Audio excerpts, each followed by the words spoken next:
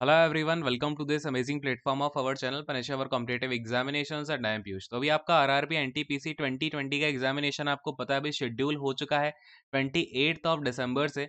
तो इस वीडियो में हम बात करने वाले हैं आपका एनटीपीसी में जो जनरल साइंस का सिलेबस है वो क्या होने वाला है। और सिलेबस ही नहीं, यहाँ पर मैं आपको कुछ टॉपिक्स बताऊंगा, आपको सीधा वही टॉपिक्स पढ़ने हैं, उनको अच्छे से तैयार करना है, कहाँ से करना है, कैसे करना है, सारी की सारी बातें बताऊंगा। आपको मोटिवेशन कैसे आएगा, साइंस को किस तरीके से पढ़ना है, आपको किस तरीके से डील करना है, फिजिक्स हो गया, केमिस्ट्री, बायोलॉजी एंड एनवायरनमेंट, ठीक है। और यहाँ पर मैं आपको सिर्फ टॉपिक ही नहीं, और ये जो टॉपिक्स है ना, ये बेस्ड है आपके 150 प्लस प्रीवियस ईयर पेपर्स पे जो कि रेलवे के आपके हो चुके हैं। इनको मैंने बहुत ही ज़्यादा डिटेल्ड वे में एनालाइज किया है, जो टीम है उसने एनालाइज किया है। यहाँ पर अगर मैं आपसे बात करूँ, यहाँ पे आपके जितने भी एग्जामिनेशन 2017 में हुए हैं, 18 में हुए हैं, 19 में हुए हैं, ठीक है। तो इन सारे के सारे एग्जामिनेशंस को बहुत ही ज़्यादा एनालिसिस करके, और जो आपका एनटीपीसी का पर्टिकुलर पेपर है इसको भी एनालिसिस करवाया, और आपकी साइंस की अलग से स्पेशल क्लासेस भी चल सकती हैं। तो उनमें आपको पता होगा भाई हम कितना डिटेल में चीज़ों को लेकर के चल रहे हैं। तो इन सभी पेपर्स का एनालिसिस करने के बाद में जो आपका क्रक्स टॉपिक्स निकलते हैं उनकी हम यहाँ पर बात करेंगे कि भाई वो टॉपिक कौन कौन से हैं। और यहाँ पर जो रिसेंट आपके एग्जामिनेशंस कंडक्ट हुए हैं, आपको पता है क्या कि आपकी examination conducting agency again TCS ही है, ठीक है। क्योंकि अभी जो आपका ये मिनिस्टेरियल पोस्ट के लिए अभी आपका एडमिट कार्ड आ रहा है, तो वो जो उसका सर्वर है वो डिजी आर्म का सर्वर है और ये आपका टीसीएस का ही सर्वर होता है, ठीक है। ऑलराइट, तो एग्जामिनेशन आपका टीसीएस ही लेने वाला है, और इंडिया में इतनी बड़ी कोई कंपनी है भी नहीं कि वो इतने बड़े मार्जिन पे 2 करोड़ बच्चों का जो है एग्जामिनेशन करवा पाए। बाकी पता नहीं बीच में इतना ड्रामा क्यों रखा गया टेंडर वगैरह उठाने का, जबकि इन्हें एक्सपीरियंस भी था, एएलपी वगैरह के एग्जामिनेशंस को कराया था, टीसीएस नहीं। ऑलराइट, तो देखो यहाँ पर अगर मैं आपसे बात करता हूँ कि स्पेशल रेफरेंस यानी कि जो आपके टीसीएस ने रिसेंट एग्जामिनेशंस लिए हैं, जैसे कि आपका यहाँ पे कौन कौन से लिए टीसीएस ने, सीएचएसएल का एग्जामिनेशन हो गया, सीजीएल हो गया एसएससी का, ठीक है। फिर इसके बाद में आपका दिल्ली पुलिस का एग्जामिनेशन हो गया, डीडीए का एग्जामिनेशन हो गया, इसके अलावा आपका फेज 8 का एग्जामिनेशन हो गया। ये रिसेंट वाले एग्जामिनेशन है जो कि आपके अभी विद इन 1 मंथ हुए हैं। यानी कि कुछ एग्जामिनेशन आपके अक्टूबर के मंथ में हुए हैं, कुछ नवंबर में हुए हैं, राइट। और कुछ आपके यहाँ पर अभी दिसंबर में अभी आपका दिल्ली पुलिस का तो चल ही रहा है। यहाँ पर आपका साइंस का अच्छा पोर्शन पूछा जाता है, जीके का पूछा जाता है। तो इनका जो पैटर्न है ना, ये धीरे धीरे अपना पैटर्न यहाँ पे शिफ्ट कर रहे हैं चीज़ों को। उसके ऊपर हम यहाँ पर बात करेंगे, आपको उसके लिए किस तरीके से तैयारी लेके चलनी है, राइट। तो आपका पूरा का पूरा जो भी मैं आपको यहाँ पर टॉपिक्स बताने वाला हूँ उनको बड़े ध्यान से सुनना।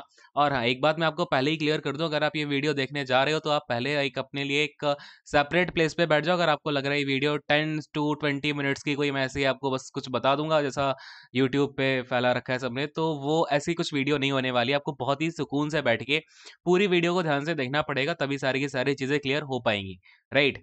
तो चलो खैर, अब इस सेशन को हम शुरू करते हैं। एंड ये सेशन मैं करा रहा हूँ आपको, ऑलराइट। तो यहाँ पे देखो भाई, अब जनरल साइंस की हम बात करने वाले हैं, है ना। तो जनरल साइंस जो है आपका, ये आपका 4 पार्ट में डिवाइडेड है। अगर मैं आपसे एनटीपीसी के एग्जामिनेशन की बात करता हूँ, ठीक है, कितने पार्ट में डिवाइडेड है, 4 में। एक हो जाता है आपका फिजिक्स का पोर्शन, ठीक है, केमिस्ट्री का पोर्शन हो जाता है, फिर आपका बायोलॉजी आ जाता है, ठीक है। बायोलॉजी में और केमिस्ट्री और फिजिक्स, इन तीनों में ही ना आपका लाइफ साइंस इंक्लूड होता है, ठीक है। लाइफ साइंस इनका ही पार्ट है। मैं बताऊंगा किस तरीके से पढ़ना है, जो टॉपिक बताऊंगा वो पढ़ लेना, बाकी ज्यादा टर्मिनोलॉजी पे जाने की आपको आवश्यकता नहीं है, राइट। फिर आपका आ जाता है इन्वायरमेंट। इन्वायरमेंट में देखो क्या क्या होता है, जैसे आपका ओजोन लेयर हो गया, डिप्लीशन क्या होता है ओजोन लेयर का, किस किस से होता है, सीएफसीज क्या होते हैं, आपका मॉन्ट्रियल प्रोटोकॉल क्या था, कौन कौन से ईयर में यहाँ पर मीटिंग होती है, कौन कौन सी मीटिंग्स होती है, कौन से स्पेशल डे मनाए जाते हैं एनवायरनमेंट को लेकर के, है ना। ये सारी की सारी चीजें आपकी इन्वायरमेंट में आ जाती है, और वो जनरल साइंस का ही पोर्शन होता है ना। चलो, अब मैं यहाँ पर आपसे सबसे पहले डील करने वाला हूँ बायोलॉजी से, ठीक है। सबसे पहले आप यहाँ पर क्या देखोगे भाई, बायोलॉजी, ठीक है। तो बायोलॉजी में मैं आपको एक एक करके बहुत सारे यहाँ पे टॉपिक्स लिखवाने वाला हूँ, कैसे पढ़ने हैं टॉपिक, कहाँ से पढ़ने हैं, क्यों पढ़ने हैं, कैसे, ये सारी की सारी बातें मैं आपको बताऊंगा, राइट। तो बायोलॉजी में आपको देखो ध्यान कहाँ कहाँ पर देना है, मैं इसको अगर आपसे मोटा मोटा बात करूँ, तो बायोलॉजी को आप डिवाइड कर सकते हो। यहाँ पे देखो, पहला वाला इसमें पार्ट हो जाएगा आपका बायोलॉजी में जो भी आपका यहाँ पे क्लासिफिकेशन वगैरह से रिलेटेड होता है, ठीक है। पहला पार्ट आपका क्या हो गया, क्लासिफिकेशन हो गया। जिसमें कि आपका क्या होगा, जितने भी क्लासिफिकेशन हुए हैं आपके, 5 क्लासिफिकेशन हुए हैं, किसने किया यहाँ पे, कौन-कौन से क्लासिफिकेशंस होते हैं आपका, देन क्लासिफिकेशन के अंदर जाके आपको क्या करना है यहाँ पे कि जितने भी आपकी क्लासिफिकेशन बने हैं ना, लाइक यहाँ पर मैं आपको एग्जांपल समझाता हूँ। आपका यहाँ पर एक आता है 5 किंगडम क्लासिफिकेशन, ठीक है? क्या आता है आपका, देखो यहाँ पर आपका मैं नंबर ए समझा रहा हूँ, ठीक है? नंबर यहाँ पे मैं बायोलॉजी का पोर्शन नंबर ए डिस्कस कर रहा हूँ। बहुत ध्यान से सुनना, और चीजों को अगर आप साथ में पेपर पेन लेके नोट करते जाओगे, that will be more beneficial for you, ठीक है? सबसे पहले मैं क्या बात कर रहा हूँ, यहाँ पे क्या हुआ आपका, 5 किंगडम क्लासिफिकेशन किया गया, तो आपको यहाँ पर इस तरीके से पढ़ना है, और ये 5 किंगडम क्लासिफिकेशन ही आपका एग्जाम में आता है। बाकी यहाँ पे इससे पहले 4 किंगडम, 3 किंगडम, 2 किंगडम भी दिया गया, वो आपके काम का नहीं है, ठीक है? 5 किंगडम क्लासिफिकेशन दिया, तो भैया ये देखो यहाँ पे इसे दिया किसने, 5 किंगडम क्लासिफिकेशन किसने दिया था, आर एच विटेकर ने दिया था। किसने दिया था, आर एच विटेकर ने दिया। तो आपने नाम देख लिया। अब इस 5 किंगडम में कौन कौन से आते हैं, तो देखो इस तरीके से पढ़ना है आपको। इन 5 में कौन कौन से किंगडम आ गए भाई, एक तो देखो मैं आपको बता ही देता हूँ, ये आपका देखो किंगडम मोनेरा होता है, किंगडम प्रोटेस्टा होता है, प्रोटेस्टा। फिर आता है आपका किंगडम फंजाई, ठीक है? फंजाई आता है, फिर आपका प्लांटी आता है, जिसमें कि आपके प्लांट्स वगैरह की बात करी जाती है। फिर क्या आता है, एनिमेलिया।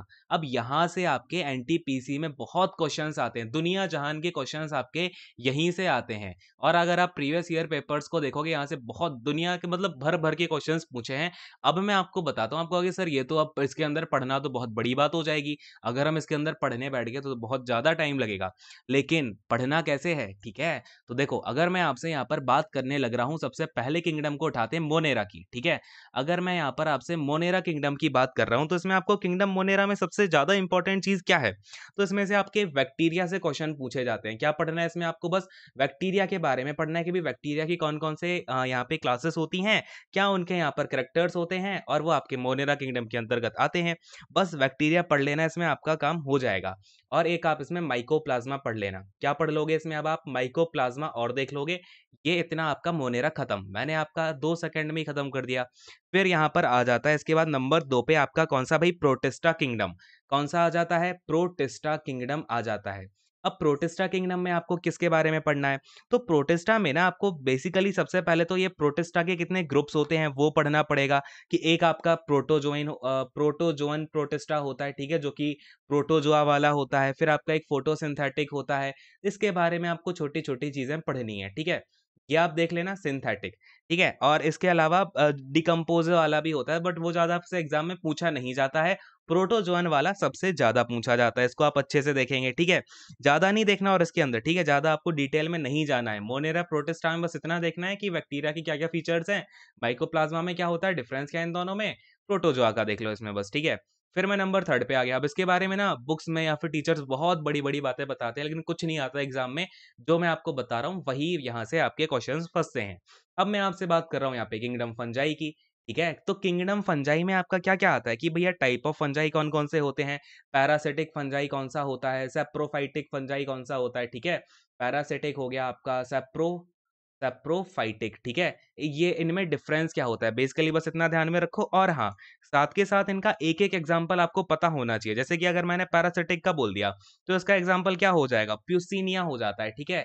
पुस्सिनिया इसका एग्ज़ाम्पल होता है। अगर मैंने सैप्रोफाइटिक, ये क्वेश्चन तो आपका अभी जो 2018 में एग्ज़ाम हुआ था उसमें ही आया हुआ है, कि जो रिज़ोपस है, रिज़ोपस के बारे में मैंने आपको पढ़ाया भी था, ये क्लास भी करवाई है इसके ऊपर एक, है ना? क्वेश्चन उसमें आया हुआ था जब मैंने प्रीवियस ईयर पेपर डिस्कस करवाया। तो सैप्रोफिटिक फंजाई होती है क्या, रिज़ोपस। चाहे आपका पेनिसिलम ले लो, ठीक है? पेनिसिलम भी इसका ही एग्ज़ाम्पल होता है, पूछे जाते हैं ये एग्ज़ाम्पल्स बहुत ज़्यादा। तो इनके आपको एग्ज़ाम्पल पे ज़्यादा ध्यान देना है, ठीक है? क्या पढ़ना है यहाँ पर, ज़्यादा से ज़्यादा आपको एग्ज़ाम्पल्स पढ़ने हैं, ठीक है? ये बातें हो गई, अब आपका फंजाई हो गया, ठीक है? इसमें आपको बस इतना-इतना पढ़ना है, इनके एग्ज़ाम्पल्स देखने हैं, आपके 3 किंगडम यहाँ पे फिनिश। आ गया अब आपका 4th वाला किंगडम। कौन-सा किंगडम आ गया भाई? 4th वाला किंगडम आ गया। एक बार मैं कलर को चेंज कर लूँ, कोई आपत्ति तो नहीं है किसी को? हाँ जी, चलो 4th वाले किंगडम में आ गया आपका प्लांटे, ठीक है? प्लांटे जो किंगडम होता है ना, ये होता है आपका प्लांट किंगडम। यहाँ से बहुत सारे क्वेश्चंस पूछे जाते हैं। अब इसमें आपकी वेरियस टाइप्स ऑफ क्लासेस होती हैं। देखो, जैसे कि मैं आपको इसका एक बार क्लासिफिकेशन बताता हूँ। ये जो आपका किंगडम प्लांटे होता है ना, इसमें आपकी कौन-कौन सी क्लासेस आती हैं? तो देखो, ध्यान से देखना। यहाँ पर आपका आता है थैलोफाइटा, थैलोफाइटा, ठीक है? ध्यान देना यहाँ पे, इसकी क्लास होती है, थैलोफाइटा होता है, ब्रायोफाइटा होता है, ब्रायो फाइटा होता है, और यहाँ से एक क्वेश्चन आता है, पक्का पक्का आता है, ठीक है। ट्रैकियोफाइटा होता है, ट्रैकियोफाइटा होता है। अब आपको क्वेश्चन कहाँ से आएगा एग्जाम में? ब्रायोफाइटा, थैलोफाइटा, दोनों ही अच्छे से पढ़ने हैं, और इन दोनों के एग्जाम्पल तो आपको बहुत ज्यादा अच्छे से देखने हैं। इवन अब इन्होंने इसकी डिफरेंसेस पूछने भी स्टार्ट कर दिए हैं थ्योरी टाइप में, तो ये भी देख करके जाना कि भैया इसकी थ्योरी में क्या क्या आता है, ठीक है। जैसे अगर मैं आप थैलोफाइटा की बात कर लूँ, तो थैलोफाइटा में क्या आता है आपका? एल्गी आता है। क्या आता है? एल्गी आता है। तो आपको ध्यान में रखना है कि भैया एल्गी किसके अंदर आता है? थैलोफाइटा होता है आपका एल्गी, है ना? और जो कि किस किंगडम में आता है? प्लांटी किंगडम में आता है। क्लियर है? और एक बात और, अब यहाँ पर जब मैं प्लांटी किंगडम पे आ गया हूँ ना, यहाँ पर आपको एसेक्सुअल और सेक्सुअल प्रोसेस का भी ध्यान में रखना है कि एसेक्सुअल प्रोसेस अगर होती है तो एल्गी कौन से यहाँ पे किस तरीके से अपना रिप्रोडक्शन करता है? ये करता है एसेक्सुअल प्रोसेस से, ठीक है। इस बात को ध्यान में रखना है कि भैया अगर थैलोफाइटा है तो थैलोफाइटा में कौन कौन से ऐसे हैं जो कि एसेक्सुअल से अपना रिप्रोडक्शन करेंगे, कौन कौन से ऐसे हैं जो सेक्सुअल से अपना रिप्रोडक्शन करेंगे, ठीक है। ये क्वेश्चंस आते हैं रेलवे में, ध्यान देना यहाँ पे बात का, क्योंकि ये सारी की सारी बातें आपकी एनसीईआरटी में बताई गई हैं क्लास 8th 9th 10th की। और आपके सिलेबस में अगर आप ध्यान से पढ़ोगे तो लिखा हुआ है general science and life sciences up to class 10th, है ना? 10th क्लास तक का आपसे पूछा जाएगा, तो 10th क्लास तक में ये सारी की सारी बातें हैं, ठीक है। तो ध्यान से देखो, अब अगर मैं यहाँ पर आपका थैलोफाइटा का ये चीज़ खत्म हो गई, ठीक है, आपको ये पढ़ लेना है इसमें। इसी तरीके से आप ब्रायोफाइटा पे आइए। ब्रायोफाइटा में ज़्यादा कुछ नहीं है, इसके बस आप एग्जांपल देख लो, जाइलम, फ्लोएम वगैरह हो गया कि प्लांट में किस तरीके से आपका काम हो रहा होता है। इसके एग्जांपल्स देख लो। इसके एग्जांपल में जैसे कि आपका फ्यूनारिया सबसे ज़्यादा पूछा जाता है। फ्यूनारिया क्या होता है भाई? ब्रायोफाइटा होता है। क्लियर है? अब ब्रायोफाइटा में आपको ये पूछ लेगा, ब्रायोफाइटा में जो सेक्स ऑर्गन्स होते हैं वो कौन से होते हैं, या फिर ये एसेक्सुअल करता है, सेक्सुअल करता है, ये सारी की सारी बातें ध्यान देने वाली होती हैं, ठीक है। अब इसके अंदर जैसे कि अगर आपको थैलोफाइटा, फिर टेरिडोफाइटा, थैलोफाइटा, टेरिडोफाइटा भी एक बार आप देख लेना इसमें, ठीक है। ये होता है आपका टेरिडोफाइटा। क्या होता है ये? टेरिडोफाइटा होता है, तो इसको भी एक बार देख करके जाना। अब ये ट्रैकियोफाइटा ना, ये ज़्यादा नहीं पूछा जाता, ठीक है? ये ज़्यादा नहीं पूछा जाता इसके बारे में, बस इसकी डेफिनेशन देख लेना, it will be enough for you.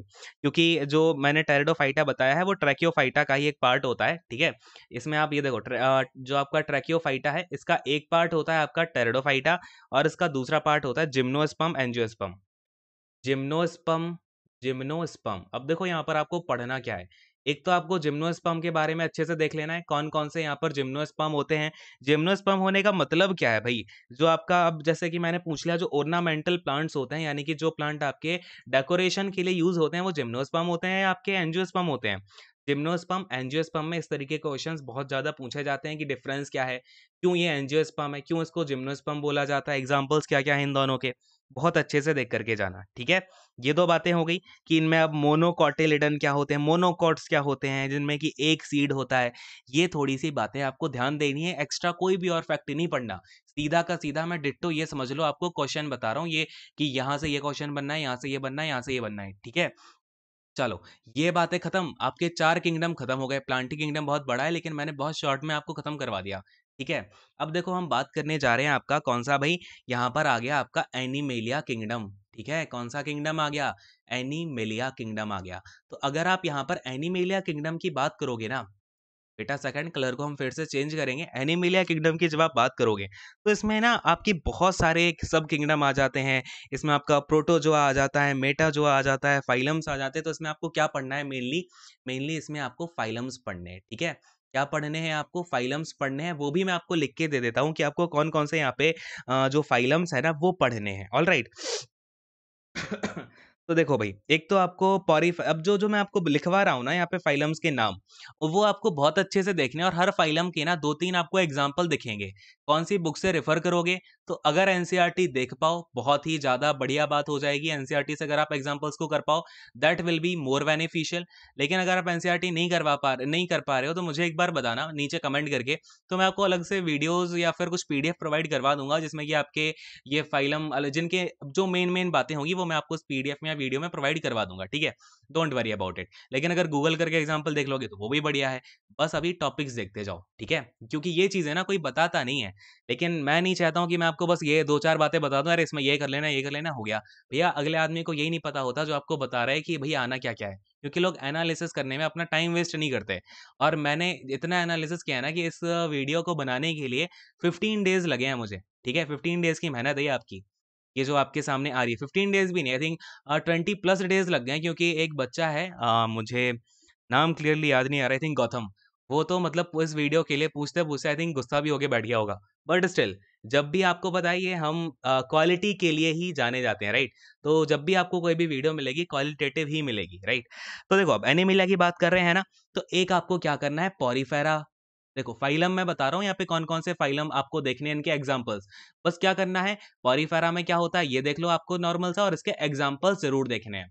फिर आपका जैसे कि निडारिया हो गया, ठीक है, निडारिया, ये क्वेश्चन सीधे सीधे पूछे जाते हैं, इसलिए मैं आपको बता रहा हूँ कि आपसे एक एग्जांपल जो निडारिया का एग्जांपल होता है वो देके पूछ लेगा, बताओ ये कौन से फाइलम से बिलोंग करता है, तो आपको पता होने चाहिए कि निडारिया में ये चीजें होती हैं, इसके ये इंपॉर्टेंट एग्जांपल हैं।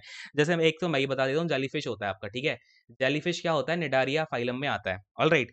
फिर देखो जैसे कि आपका अब यहाँ पर टेनोफोरा ज्यादा, बट एक बार देख लेना, ठीक है, टेनोफोरा, टेनोफोरा, टेनोफोरा, इसकी स्पेलिंग ना यहाँ पे सी होता है, राइट, पी नहीं होता। तो टेनोफोरा एक बार देख लेना, टेनोफोरा का जो फाइलम होता है। इसके बाद आप क्या करोगे, आप सीधा जाइए फ्लैट वर्म्स पे।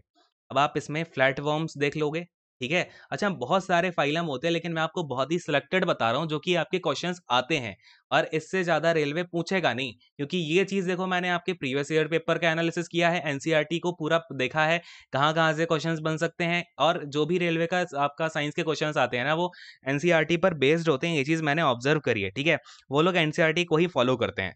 अब जैसे आपका इसमें एनेलिडा हो गया, ठीक है, एनेलिडा का फाइलम हो गया, तो एनेलिडा का भी आपको अच्छे से देख करके जाना है, ठीक है। फिर इसमें आर्थ्रोपोडा हो गया, ठीक है, आर्थ्रोपोडा, आर्थ्रोपोडा। अब देखो आप सोच रहे हो कि सर इतनी सारी चीजें हैं, लेकिन इनके आपको एग्जाम्पल ही तो देखने हैं, इतना भी नहीं करोगे तो कैसे काम चलेगा। ये बात कर रहा हूं मैं आपसे, आपको 40 में 40 नंबर लेके आने, सीबीटी 1 हो चाहे सीबीटी 2, सीबीटी 2 में आई थिंक 50 जितने ही मार्क्स का हो, पूरे में पूरे लेके आने हैं आपको, जनरल साइंस में तो एटलीस्ट, ठीक है। इसके बाद मैं आपको ये भी बताऊंगा कि ये जो आपका अगला वाला अपना पोर्शन आ जाता है, बाकी और भी जो हिस्ट्री ज्योग्राफी वगैरह है वो आपको कैसे करनी है, ठीक है। इसी तरीके से उसको भी बताऊंगा खोल खोल के। मॉलस्का हो गया, ठीक है, फाइलम मॉलस्का लिख दिया मैंने यहाँ पे आपका। अब देखो एक आपका इक्कीडोर्मेटा देख लेना, बाकी और ज्यादा मैं नहीं बताता हूँ, ठीक है। नौवां फाइलम आप यहाँ पे देख लेना, इक्कीनोर इक्कीनोडर्मेटा, ठीक है। इसको आप एक बार देख लेना, इनके एग्जांपल्स को। बाकी इसमें और आई थिंक आपके लिए कौन कौन सा हो गया, पॉरीफेरा, निडारिया, टेरोफोरा हो गया है, फ्लैटवर्म हो गया, ठीक है। तो इतने आप क्या करोगे भाई, देख करके जाओगे, राइट। एक पिसेस भी देख लेना, राइट, में आप क्या कर लेना, पिसेस के एग्जाम्पल और देख लेना, बस इतना कर लेना। ये 10 आपको एग्जाम्पल देखने हैं इनके, काम खत्म आपका। यहाँ पे क्या हो गया आपका भैया, काम खत्म हो गया इतने में, ठीक है। ये आपके पांचों के पांचों किंगडम हो गए।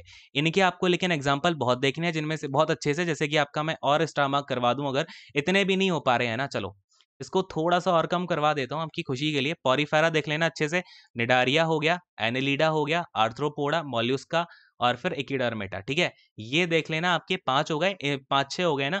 इनको बहुत अच्छे से करके जाना, बाकी अगर टाइम हो तो ये भी कर लेना, ठीक है। चलो आगे बढ़ते हैं। आपका यहाँ पर मैंने पहला जो पोर्शन है आपका क्लासिफिकेशन वाला वो फिनिश करवा दिया।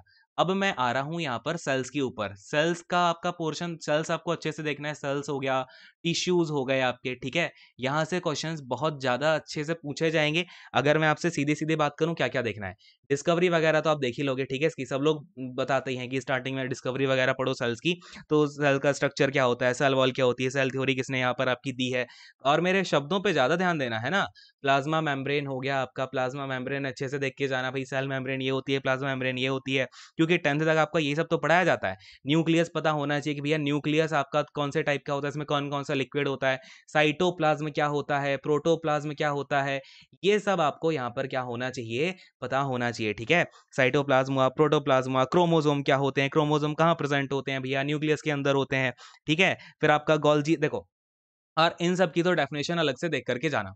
गोल्जी एपरेटस हो गया आपका, गोल्जी एपरेटस हो गया ना, गोल्जी एपरेटस हुआ। फिर आपका यहाँ पर क्या हो जाएगा, लाइजोसोम्स हो गए, है ना। लाइजोसोम्स कहाँ पर बनते हैं, लाइजोसोम कहाँ पर जाकर खत्म होते हैं, इनको किस नाम से जाना जाता है, atom bomb of the cell जानते हैं, साइडल बैग बोलते हैं, क्या बोलते हैं इनको, है ना, mitochondria, power house of the cell बोलते हैं, ठीक है। तो ये सारी की सारी बातें आपकी किस में आती हैं, सेल में आती हैं। अब देखो आपका रेलवे का एक क्वेश्चन बताता हूँ बहुत ही शानदार, कि भाई टिश्यू किसे कहते हैं, डेफिनेशन ऑफ टिश्यू पूछ ली, तो बहुत ईजी सी बात है कि टिश्यू क्या होता है, उन सेल का आपका एक ग्रुप होता है जिनका ओरिजिन सेम होता है, ठीक है, टाइप सेम होता है, ऑरिजिन सेम होता है, तो उसको टिश्यू बोल देते हैं। यानी कि छोटी-छोटी डेफिनेशन से आपके क्वेश्चन आ जाते हैं, इस बात का ध्यान देना।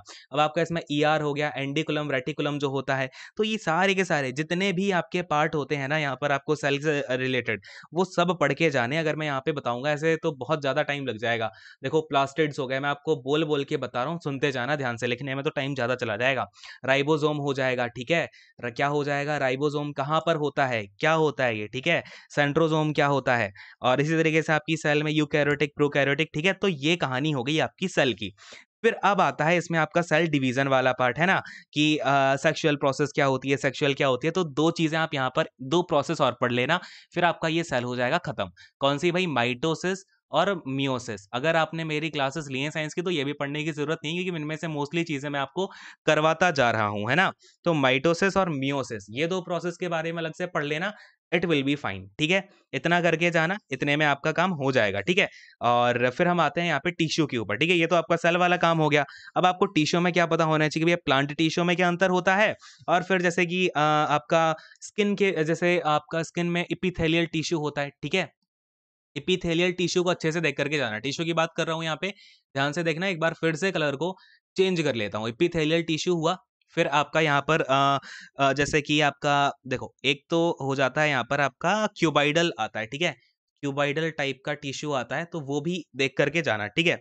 मेनली लेकिन आपका एपिथेलियल से ही पूछे जाते हैं क्वेश्चंस, तो बस अगर इसको भी करके चले जाओगे तो आपका काम बन जाएगा, ठीक है? और एपिथेलियल कनेक्टिव टिश्यू कौन-कौन से होते हैं, बस इनका ना टाइप देखना है आपको कौन-कौन से होते हैं। एपिथेलियल देख लेना, कनेक्टिव देख लेना, कनेक्टिव टिश्यूज़ कौन-कौन से होते हैं। फिर आप यहाँ पर अपना मस्कुलर टिश्यूज़ को देखना, मस्कुलर टिश्यूज़ को देखिएगा और फिर आप यहाँ पर नर्वस टिश्यूज़ को भी देख लेना। नर्वस से ज़्यादा क्वेश्चन नहीं आते लेकिन एक बार देख लेना।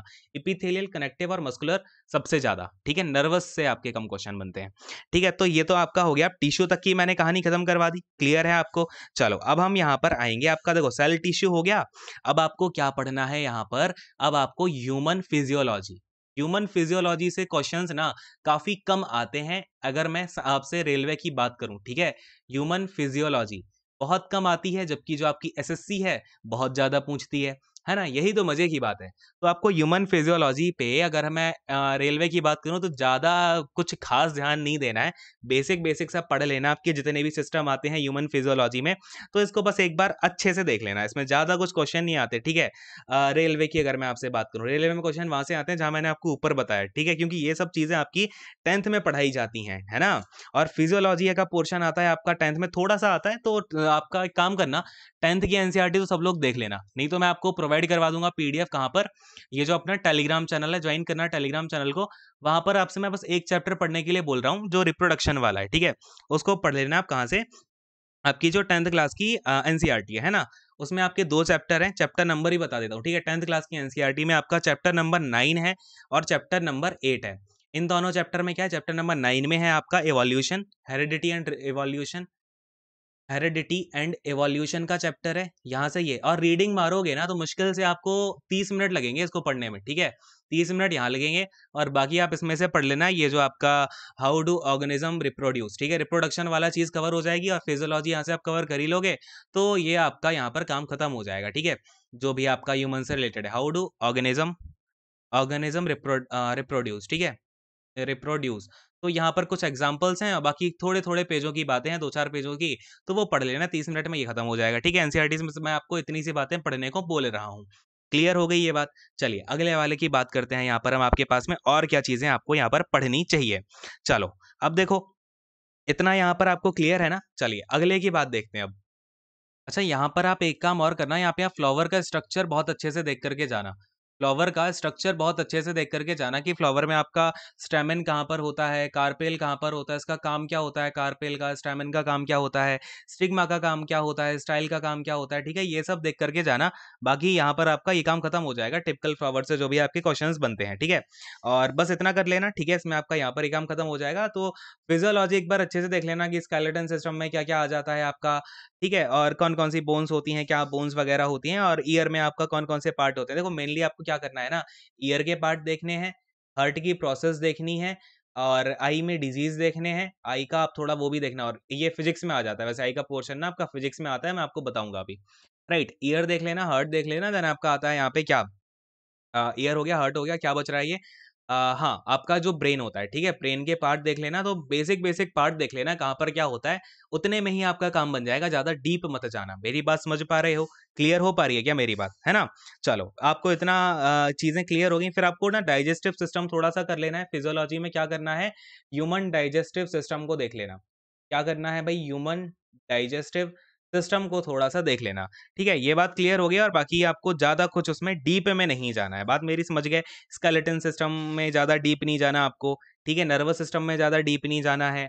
सर्कुलर सिस्टम को थोड़ा-सा देख लेना, बाकी आपका कहाँ-कहाँ पर क्या होता है ना सर्कुलर सिस्टम में, इसके बाद आपका जैसे किडनी का काम हो गया, तो ये सब थोड़ा-सा प्रोसेस आपको देखनी पड़ेगी, बट छोटा-छोटा देखना है इसको। मेरी बात आप समझ पा रहे हो कि नहीं समझ पा रहे हो, है ना? एक बार कमेंट करके बताना अगर सब कुछ क्लियर होता जा रहा है तो। फिर आपको क्या करना है, अब इतनी चीज़ें जब आप खत्म कर लोगे ना, फिर आपको मैंने ये 2-3 पार्ट बता दिए, फिर इसका चौथा पार्ट एक और देख लो डी नंबर का, ठीक है? डी नंबर का पार्ट और देखो, इसमें आपको डिजीज़ेज़ करने हैं। क्या करने हैं? डिज़ीज़ करने हैं और डिज़ीज़ आपके चाहे वो क्रोमोसोमल डिज़ीज़ हो, प्रोटोज़ोन डिज़ीज़ हो, ठीक है? क्रोमोसोमल तो डिसऑर्डर बोलते हैं, इसको डिज़ीज़ नहीं बोलते, इस बात को भी ध्यान में रखो। क्रोमोसोम से ना डिसऑर्डर आते हैं, ठीक है? ना कि आपके क्या डिज़ीज़। तो क्रोमोसोमल डिसऑर्डर्स और फिर आपके डिज़ीज़, ये दोनों चीज़ें करनी है। डिज़ीज़ में आपका क्या-क्या आ जाता है, एक बार मैं आपको बताता हूँ। चलो, डिज़ीज़ में बताता हूँ, डिज़ीज़ में आपका क्या-क्या आता है। तो डिज़ीज़ में प्रोटोज़ोन डिज़ीज़ हो गए आपके, ठीक है? प्रोटोज़ोआ से कौन-कौन से डिसीज़ होते हैं, उनके नाम पता होने चाहिए और आपको। प्रोटोज़ोआ हो गया आपका, वायरस हो गया, बैक्टीरिया हो गया, ठीक है? वूपिंग कफ किससे होता है? वायरस से होता है, प्रोटोज़ोआ से, बैक्टीरिया से किससे होता है, ठीक है? क्रोमोसोमल डिज़ीज़ आपके 23 या 24 होते हैं, उनको भी एक बार देख लेना किसका नाम क्या है, बट मुख्यतः आपके आई थिंक 7 टू 8 ही पूछे जाते हैं, वही आप एक बार देख कर के जाना, किसी भी आपको स्टैंडर्ड बुक में मिल जाएगा, ठीक है? अगर नहीं मिलता है तो एक बार नीचे कमेंट करके बताना, पीडीएफ वगैरह प्रोवाइड करवा दूँगा, उसकी रीडिंग मारोगे, all thing will be clear, ठीक है? तो ये आपका काम हो गया यहाँ पर हेल्थ एंड डिसीज़ का, ठीक है? तो बायोलॉजी फिनिश हुई आपकी, तो ये काम तो था आपका बेसिक बेसिक बायोलॉजी पूरी हमने यहाँ पर फिनिश कर ली, 4 पार्ट बना कर के, ठीक है? और इतना तो आपको करना ही पड़ेगा अगर आप बहुत अच्छा स्कोर करना चाहते हो अपना, ठीक है? और ये बात मैं आपको सीबीटी 1+2 की बता रहा हूँ। मैं कभी भी एक चीज़ को तो टारगेट करता ही नहीं हूँ कि आप सीबीटी 1 करो। क्या करोगे सीबीटी 1 करके? बैठ जाओगे क्या? सीबीटी 2 करना पड़ेगा, जिसका 3 है 3 करना पड़ेगा, 4 है तो 4 करना पड़ेगा, है ना? जो भी है वो तो करना ही पड़ेगा अगर आपको अच्छी सर्विस लेनी है तो। तभी आप अपनी लाइफ़ को चेंज कर पाओगे, राइट? और हाँ, एक काम और करना क्लास 10th में आपका चैप्टर नंबर 6 है। क्लास 10th का चैप्टर नंबर 6 है लाइफ प्रोसेस। ठीक है? लाइफ प्रोसेस ये भी पढ़ लेना। आई बात समझ में? सीधे-सीधे क्वेश्चन बनते हैं यहाँ से। अगर आप रेलवे के एग्ज़ामिनेशंस को देखोगे, सीधे-सीधे क्वेश्चंस पूछेगा यहाँ से। मैं सीधे-सीधे चैप्टर्स बताऊँगा अब आपको यहाँ पे, ठीक है? कौन-कौन से पढ़ने हैं। ये हो गया आपका ठीक है हेरिडिटरी इवोल्यूशन मैंने बता दिया। अब एनवायरनमेंट को देखो भई। जो आपका एनवायरनमेंट है ना, एनवायरनमेंट को बहुत अच्छे से करके जाना, एक क्वेश्चन आपका पक्का है। एनवायरनमेंट से एक क्वेश्चन आना पक्का है और इसमें ना ज़्यादा पढ़ना नहीं है। बात ये है कि आप इसमें आप मुश्किल से अगर 1 दिन भी लगा दोगे ना एनवायरनमेंट में तो आपका एक क्वेश्चन तो पक्का हो जाएगा। जैसे कि आपका इसमें फूड चेन देखना, क्या करना होता है एनवायरनमेंट में आपको? फूड चेन देखनी होती है और जैसे आपका एनवायरनमेंट को हानि किस-किस चीज़ों से है वो देख लेना। ओज़ोन लेयर आपकी डिप्लीट कैसे होती है, ओज़ोन लेयर किससे मिलके बनी होती है, ओज़ोन में एटम वगैरह भी देखना, ठीक है? और ओज़ोन लेयर को अच्छे से देख कर के जाना। बात ये है ओज़ोन लेयर को आपको अच्छे से देखना है, पॉल्यूशंस वगैरह को देख कर के जाना। पॉल्यूशन किससे होता है? एसिड रेन वाला कॉन्सेप्ट तो आपका पक्का आ सकता है, ठीक है? एसिड रेन देख कर के जाना है यहाँ पे। फिर आपका क्या हो जाएगा? एसिड रेन हो गया है, पॉल्यूशन और हाँ, आपके जितने भी प्रोटोकॉल हुए हैं एनवायरनमेंट को बचाने को लेकर के, आपको सारे के सारे प्रोटोकॉल भी पढ़ के जाने हैं। लाइक आपका मॉन्ट्रियल प्रोटोकॉल हो गया, ये सारी की सारी चीज़ें आपको क्या करनी है? पढ़ के जानी है। किसके केस में? एनवायरनमेंट के केस में, ठीक है? तो ये हो गया आपका एनवायरनमेंट का काम खत्म हो गया, बायोलॉजी का हो गया। तो अब ज़रा मैं आपको फाइनल एक बायोलॉजी की और थोड़ी-सी 1-2 बातें बताता हूँ, फिर हम यहाँ पे बायोलॉजी को फिनिश करेंगे। अच्छा, एक ही एनवायरनमेंट में ना आप नेचुरल रिसोर्सेज़ को भी देख लेना, ठीक है? नेचुरल रिसोर्सेज़ एंड बस इतने टॉपिक कर लेना और आपका यहाँ पर काम खत्म हो जाएगा एनवायरनमेंट का, आपका 1 नंबर पक्का है यहाँ से, ठीक है? लिख के ले लो अभी, बाद में एग्ज़ाम के बाद बोलना कि आया कि नहीं आया, ठीक है? चलो, ये हो गया आपका एनवायरनमेंट का सेक्शन खत्म हुआ। बायोलॉजी मैंने आपको जितना बताया है उतना कर लो और इतना ही आपके लिए सफिशिएंट है। बाकी मैं आपको जो सेशन करवा रहा हूँ डेली 11 एएम को उसको करते रहो। आपकी मोस्टली चीज़ें मैं आपको वहाँ पर कवर करवा दूँगा क्योंकि वो जो क्वेश्चंस है ना आपके प्रीवियस ईयर ही करवा रहा हूँ उसमें आपको मैं हर एक क्वेश्चन के साथ बहुत ज़्यादा थ्योरी समझाता हूँ जिससे कि आपको चीज़ें जो है वो क्लैरिफ़ाई हो पाएँ, है ना? उसके साथ-साथ ऐसा नहीं है कि एक ही क्वेश्चन आप सॉल्व कर पाओ। उसके साथ उससे रिलेटेड जितने भी क्वेश्चन बनेंगे वो सॉल्व हो जाएँगे, ठीक है? तो वो हम कर ही रहे हैं। उसमें आपका फिज़िक्स, केमिस्ट्री, बायोलॉजी तीनों चीज़ें चल रही हैं तो वो आप एक बार देखते रहना और बाकी जो बताया है वो तो कर ही लेना। बात समझ में आई? क्या करना है वो तो कर ही लेना है। चलो, अब यहाँ पर हम बात करने वाले हैं किसकी भाई, फिजिक्स की। कौन से टॉपिक की बात करेंगे, अब हम यहाँ पर फिजिक्स की बात करेंगे। बायोलॉजी अपनी खत्म, फिजिक्स को शुरू करते हैं। अब देखो फिजिक्स में आपको क्या-क्या करना है। फिजिक्स का जो सिलेबस है बिल्कुल मतलब यहाँ पे ना रेलवे ने अपना बिल्कुल पैटर्न बिल्कुल मेंटेन करके रखा है हर साल, कोई इसमें चेंजमेंट नहीं आता। बड़े ही प्रेम के साथ में आपको क्या करना है, सबसे पहले मोशन चैप्टर को उठाना है, मोशन को पढ़ना है, ठीक है? लॉज़ ऑफ मोशन पढ़ने हैं, क्या-क्या किसका मतलब होता है, इनर्शिया पूछा तो इनर्शिया का मतलब पता होना चाहिए। मोमेंटम पूछ लिया तो मोमेंटम की डेफिनेशन पता होना चाहिए। मोमेंटम क्या होता है, वेक्टर क्वांटिटी होती है, स्केलर होती है, एमवी इसका फॉर्मूला है, तो यानी कि वेक्टर क्वांटिटी हो जाएगी। फिर अगर मैंने पूछ लिया भाई वर्क क्या होता है, वर्क आपको पता होना चाहिए, फोर्स इनटू डिस्प्लेसमेंट होता है। फिर अगर मैंने आपसे पूछ लिया भाई फोर्स क्या होता है, फोर्स आपको पता होना चाहिए कि मास इनटू एक्सेलरेशन होती है। अ, वेट अ सेकंड।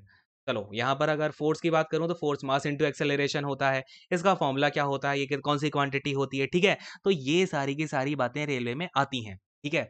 और जितने भी आपके लॉज़ ऑफ मोशन हैं, अच्छे से देख कर के जाना। लॉज़ ऑफ मोशन से रिलेटेड आपको न्यूमेरिकल्स भी आएँगे। लॉज़ ऑफ मोशन से रिलेटेड देखो, न्यूमेरिकल ही बताता हूँ। सबसे पहले आप देखो न्यूमेरिकल आपके कहाँ-कहाँ से बनेंगे इन फिज़िक्स। न्यूमेरिकल आपके बहुत ही आसान बनते हैं। एक तो आपको यहाँ पे टेम्परेचर के चेंजमेंट से बनेंगे कि डिग्री सेल्सियस को केल्विन में चेंज करो, ठीक है? टेम्परेचर चेंज से आपका वो न्यूमेरिकल टाइप बनेगा, दो 273 उसमें ऐड करना पड़ता है, केल्विन में चेंज हो जाता है, ठीक है? फिर आपका न्यूमेरिकल में आता है, जैसे कि आपको पूछ लिया किसी यूनिट को चेंज करने में, मैंने पूछ लिया 1 हॉर्स पावर में बताओ कितने होते हैं भई, कितने वॉट होते हैं? तो आपको पता होना चाहिए कितने होते हैं 746, है ना? और फिर अगर मैंने आपसे तीसरा टाइप का होता है कि आपका यहाँ पे वर्क एंड एनर्जी से न्यूमेरिकल आएगा, ठीक है? वर्क एंड एनर्जी से बनेगा कि भैया पोटेंशियल एनर्जी पूछ लेगा वो आपसे, क्या पूछ ले पोटेंशियल एनर्जी एमजीएच होता है ये आपका। क्या पता आपसे फिर वो काइनेटिक एनर्जी पूछने लग जाए कि भैया काइनेटिक एनर्जी क्या होती है? तो काइनेटिक एनर्जी आपकी 1/2 mv² होती है। तो ये फ़ॉर्मूलेज़ पता होने चाहिए, बेसिक फ़ॉर्मूलेज़ के क्वेश्चन यहाँ से आपके बन जाते हैं। फिर आता है आपका इक्वेशंस ऑफ मोशन। 3 इक्वेशन बस ध्यान में रखो, इक्वेशंस ऑफ मोशन की आपका v equal to u plus at जो होती है देखो, इक्वेशंस ऑफ मोशन से आता है आपका v equal to U plus AT वाली first equation. Second equation S equal to U T plus का हाफ एटी स्क्वायर होता है। और आपकी थर्ड इक्वेशन होती है क्या, V square equal to U square plus का 2as, ठीक है? एस क्या होता है, ये डिस्प्लेसमेंट होता है, ये डिस्प्लेसमेंट है। ऐसा यू आपकी initial velocity, v final velocity. अच्छा मुझे बताना अगर आपको न्यूमेरिकल वगैरह में दिक्कत होती है ना, तो न्यूमेरिकल के ऊपर हम पर्टिकुलर सेशन कर लेंगे अलग से, मैं आपको सब कुछ सिखा दूंगा, डोंट वरी। अगर आपको कुछ भी नहीं आता है ना न्यूमेरिकल में, तो इनके न्यूमेरिकल कुछ खास नहीं होते हैं। बस आपको बेसिक फॉर्मूला, बेसिक कॉन्सेप्ट पता होना चाहिए और आप बड़े आराम से करके आ जाओगे, ठीक है? तो न्यूमेरिकल वाली क्लास अरेंज कर लेंगे, एक बार कमेंट करके बताना, ठीक है? तो ये आपके न्यूमेरिकल का पोर्शन खत्म है। न्यूमेरिकल में इतना कर लो, ये मेरी गारंटी है, इससे बाहर नहीं आएगा, ठीक है? लिख के ले लो आप ये बात। चलो, इसके बाद हम आते हैं आपका टॉपिक कौन-कौन से करना है। ये तो मैंने आपको बता ही दिया, इनर्शिया, मोमेंटम, वर्क, फोर्स, इन सब की डेफिनेशन क्या होती है, फॉर्मूला क्या होता है, यूनिट क्या होती है, एसआई यूनिट क्या होती है और इनकी सीजीएस यूनिट क्या होती है, ये सब पता होना चाहिए, ठीक है? क्योंकि ये यही सब है आपका 10th तक। और इसमें आपका ये पोर्शन हो गया, क्लियर है? जो भी मैंने अभी आपको समझाया, वेलोसिटी वेक्टर होती है, करंट वेक्टर होती है कि आपका स्केलर होती है, स्केलर होता है वैसे करंट आपका जो आई होता है, ठीक है? तो ये पोर्शन तो हो गया आपका मोशन वाला। अब भैया नंबर 2 पे आते हैं फिजिक्स में। नंबर 2 पे इसमें आपका सबसे ज़्यादा पूछा जाने वाला टॉपिक है करंट इलेक्ट्रिसिटी। करंट इलेक्ट्रिसिटी भी आपका खूब बढ़िया जो है यहाँ पर पूछा जाता है। तो करंट इलेक्ट्रिसिटी आपको बहुत अच्छे से करके जाना है। लाइक देखो, अ, करंट में आपको क्या करके जाना है, बेसिक जितने भी आपके लॉज हैं, ओम्स लॉ हो गया, ठीक है? ओम्स लॉ पता होना चाहिए। इसमें आपका v equal to I R होता है, तो इसका पूरा का पूरा रिलेशन है ना, ये एक ही रिलेशन से कम आपको 100 से 200 क्वेश्चन देखने को मिल जाएंगे रेलवे में। कौन से रिलेशन से, v equal to I R से, कि भाई अगर हम रेजिस्टेंस बढ़ा देंगे तो करंट आपका डिक्रीज हो जाएगा। अगर हम वोल्टेज को 2 टाइम्स कर दें तो यहाँ पर क्या फर्क पड़ेगा, अगर मैंने बोला कि करंट अपना कांस्टेंट है, ठीक है? तो इस फॉर्मूले के ऊपर आपके बहुत सारे क्वेश्चंस बनते हैं कि आपका रेजिस्टेंस इक्वल टू क्या होता है, तो वी अपॉन का आई होता है ना? अब देखो करंट से आपके क्या-क्या क्वेश्चंस बनेंगे बता रहा हूँ, अच्छे से जाकर के देख लेना, ठीक है? देखो ओम्स लॉ आपका हो गया, इसके बाद अगर मैं आपसे बात करता हूँ रेजिस्टेंस की, तो रेजिस्टेंस का एक फॉर्मूला होता है क्या, equal to rho into area rho into L upon A, ठीक है?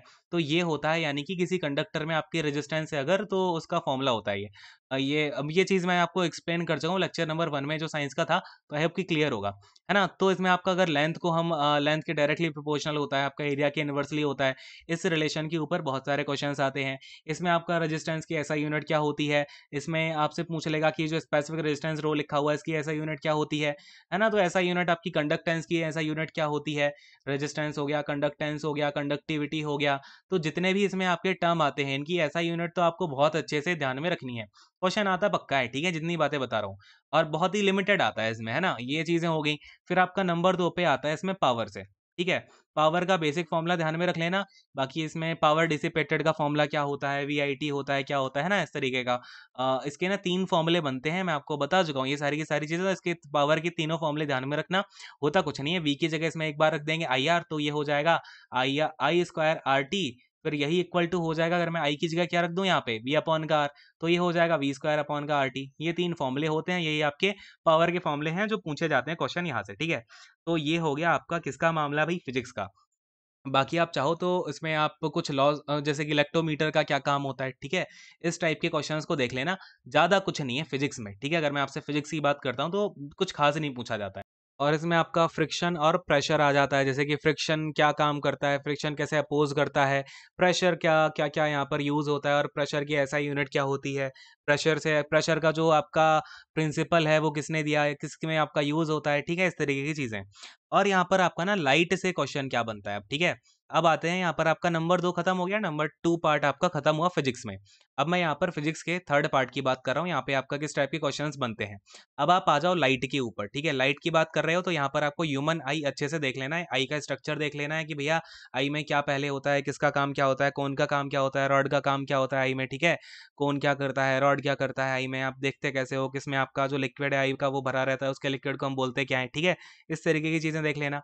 अब देखो दूसरी बात, इसमें आपको रिफ्लेक्शन और रिफ्रैक्शन, रिफ्लेक्शन हो गया और आपका रिफ्रैक्शन हो गया, ये आपको थोड़ा-सा अच्छे से देख करके जाना है। अगर चाहो तो क्लास 10th की एनसीईआरटी इसमें भी रेफ़र कर लेना, क्योंकि मैंने ऑब्ज़र्व किया है क्लास 10th की एनसीईआरटी से एक चैप्टर है आपका लाइट रिफ्लेक्शन, रिफ्रैक्शन तीनों एक ही में है। आई थिंक इसमें आपका चैप्टर नंबर मुझे याद नहीं आ रहा, लेकिन एक बार देखना इसी टॉपिक से लाइट रिफ्लेक्शन, रिफ्रैक्शन करके, उसमें आप पूरा चैप्टर पढ़ लेना। मुश्किल से आपको 2-3 घंटे लगेंगे, पूरा कॉन्सेप्ट समझ में आ जाएगा। जितने क्वेश्चन बनते हैं वहीं से बनते हैं, एक क्वेश्चन वहां से अलग नहीं पूछा जाता इस टॉपिक से, ठीक है। पढ़ लेना, आपका काम हो जाएगा इससे, ठीक है। बाकी आप इसमें मिरर देख लेना, कौन से मिरर का क्या काम होता है, कौन सा मिरर हम कहाँ लगाते हैं, कॉनकेव मिरर कहाँ लगाते हैं। गाड़ी के रियर जो शीशा होता है आपका रियर मिरर, उसमें हम कॉनकेव का यूज करते हैं, कॉन्वेक्स का। ये सारी की सारी चीजें देखना, प्लेन मिरर का थोड़ा सा कॉन्सेप्ट देख लेना, बस काम खत्म आपका यहाँ पे, क्लियर है। और बाकी कुछ कॉन्सेप्ट हैं आपके, लाइक थोड़ा सा आप टीआईआर देख के जाइएगा, जो आपका टोटल इंटरनल रिफ्लेक्शन होता है। ये 10th में है नहीं, लेकिन इसके बारे में बात करी गई है, ठीक है। तो ये देख करके जाना, टोटल इंटरनल रिफ्लेक्शन अलग से मैंने इसलिए लिख दिया, ठीक है। इसके अलावा इससे और कुछ क्वेश्चंस नहीं आते हैं, ठीक है। तो मैंने आपको सब सारी की सारी चीज़ें यहाँ पर बता ही दी हैं। इससे ज़्यादा क्वेश्चन आपके फिजिक्स में तो नहीं आते हैं, ठीक है। तो ये बातें क्लियर हो गई, फिजिक्स का पोर्शन क्लियर है, मैंने 3 पार्ट में जो है बाँट दिया है, और इससे बाहर क्वेश्चन आपका जाएगा नहीं, क्लियर है। अगले क्वेश्चन, अगले जो आपका टॉपिक है केमिस्ट्री की बात करते हैं, ठीक है।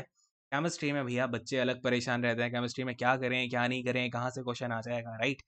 चलो भाई देखो केमिस्ट्री की बात करते हैं, केमिस्ट्री को भी इस तरीके से फोड़ेंगे भाई, कहाँ कहाँ से क्वेश्चन बनते हैं।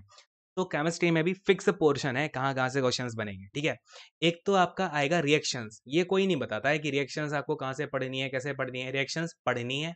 और इसके ऊपर मैं खुद ही अलग से चैप्टर लेके आऊंगा, क्योंकि रिएक्शंस का मुझे मैं आपको बताऊंगा कहाँ कहाँ से रिएक्शंस आती हैं, कौन कौन सी आती है, कौन कौन सी आपको पढ़ के जानी है। रिएक्शन से डिट्टो क्वेश्चन आता है, केमिकल कंपाउंड भी इसी में आ जाता है आपका, कि केमिकल फॉर्मूला पूछ लेंगे, है ना, वो रिएक्शंस में ही आपका कवर हो जाता है एक्चुअली में। केमिकल जो कंपाउंड्स हैं या फिर केमिकल फॉर्मूला जो पूछे जाते हैं ना, कि ब्लीचिंग पाउडर का फॉर्मूला बताओ, या फिर आपका CaOH का होल्ड ट्वाइस किसका नाम होता है, स्लेगडाइम होता है कि आपका बुझा हुआ चूना होता है ना, इस तरीके की चीजें। तो ये आती हैं आपका रिएक्शन। तो पहला पोर्शन तो हो गया आपका कि भैया रिएक्शन वाला जो पार्ट है वो है अपना नंबर 1 पार्ट, क्लियर है।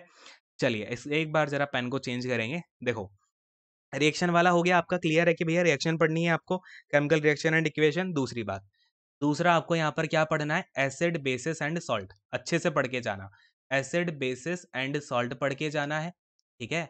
इसके बाद आपको क्या करना है, ये और ये सारी की सारी चीजें बता रहा हूँ ना आपको, अगेन 10th क्लास की एनसीईआरटी में मिलेंगी, ठीक है। कुछ आपको 10th क्लास की एनसीईआरटी मिल जाएंगी, कुछ आपको 9th क्लास की एनसीईआरटी मिल जाएंगी। एनसीईआरटी क्यों बोल रहा हूँ, आसानी से लैंग्वेज होती है उसमें, आप समझ पाओगे इसलिए। बाकी आपको मैं इधर उधर की दुनिया जहान की बुकें बताऊंगा, नीचे लिंक डाल दूंगा, तो मेरा ही फायदा होगा, आपका नहीं होगा, ठीक है। बात समझ में आ रही है मेरी। चलो ये हो गया आपका। और सबसे ज्यादा इंपॉर्टेंट पीरियोडिक क्लासिफिकेशन, सबसे ज्यादा सबसे पहले जो आपको टॉपिक पढ़ना है ना केमिस्ट्री में, वो यही पढ़ना है कि भैया पीरियोडिक क्लासिफिकेशन पढ़ लो बड़े आराम से। इसमें आपका क्या क्या पढ़ना है, डोबरिनर के ट्रायड पढ़ने हैं, डोबरिनर के ट्रायड पढ़ने हैं, क्या क्या थे। फिर आपको इसमें मैंने आपको वैसे ये चीज़ें कवर करवा रखी हैं कि इसमें से कौन कौन से क्वेश्चंस बनते हैं, अगर आपने लेक्चर्स देखे होंगे तो। लेक्चर्स भी अभी 3 4 5 ही तो कराए हैं, आई थिंक 5 लेक्चर कराए हैं 30 मिनट्स के, उनमें मैंने आपको बहुत सारी चीज़ें करवा दी हैं। डिट्टो क्वेश्चन वहीं से आएगा। न्यूलैंड लॉ ऑफ ऑक्टेव हो गया, ठीक है।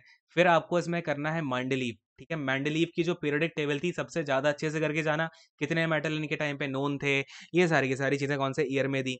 इसके बाद में आपको मॉडर्न पीरियोडिक टेबल कि भैया मेंडलीव में आपका किस तरीके से एटम को जो एलिमेंट्स हैं उनको अरेंज किया, तो ये एटॉमिक मास के ऑर्डर में किया। मॉडर्न पीरियोडिक टेबल में एटॉमिक नंबर के बेसिस पर किया, तो ये सब चीज़ें करके जाना।